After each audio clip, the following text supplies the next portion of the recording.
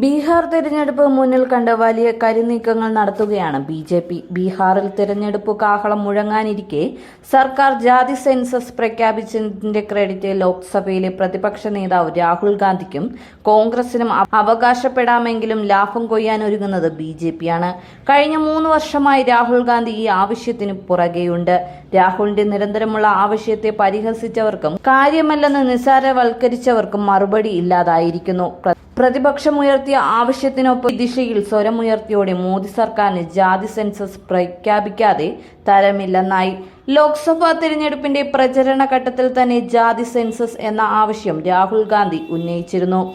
ഇതുയർത്തി കോൺഗ്രസ് തങ്ങളുടെ വിജയമായി സർക്കാർ പ്രഖ്യാപനത്തെ അവതരിപ്പിക്കുമ്പോൾ യു.പി.എ. സർക്കാരിന്റെ കാലത്ത് കോൺഗ്രസ് കാട്ടിയ വിമുഖതയും കോൺഗ്രസ് ഭരിക്കുന്ന സംസ്ഥാനങ്ങളിലെ തെറ്റായ സർവേകളുമാണ് ബി.ജെ.പിയുടെ മറുപടി. ജാതി സെൻസസ് ഇല്ലാതെ ഇന്ത്യയിൽ പിന്നാക്കക്കാർക്ക് അവസരം കിട്ടില്ലെന്നും നരേന്ദ്രമോദി സർക്കാരിന് കീഴിൽ ഉന്നത പദവികളിൽ ദലിതനോ ഒ.ബി.സിക്കാരോ ഇല്ലെന്നും ആവർത്തിച്ച് പറഞ്ഞ രാഹുലിന് മോദി നൽകിയിരുന്ന മറുപടി തിരുത്തേണ്ടി വന്നിരിക്കുന്നു എന്നും വ്യക്തം.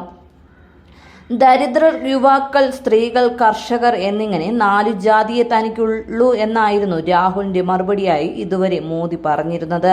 ജാതി സെൻസസിന്റെ കാര്യത്തിൽ രാജ്യത്ത് വേണ്ടത് ജനങ്ങളുടെ സർവേയാണെന്നും അല്ലാതെ ഉദ്യോഗസ്ഥ സർവേ അല്ലെന്നും രാഹുൽ ഗാന്ധി പ്രതികരിച്ചു.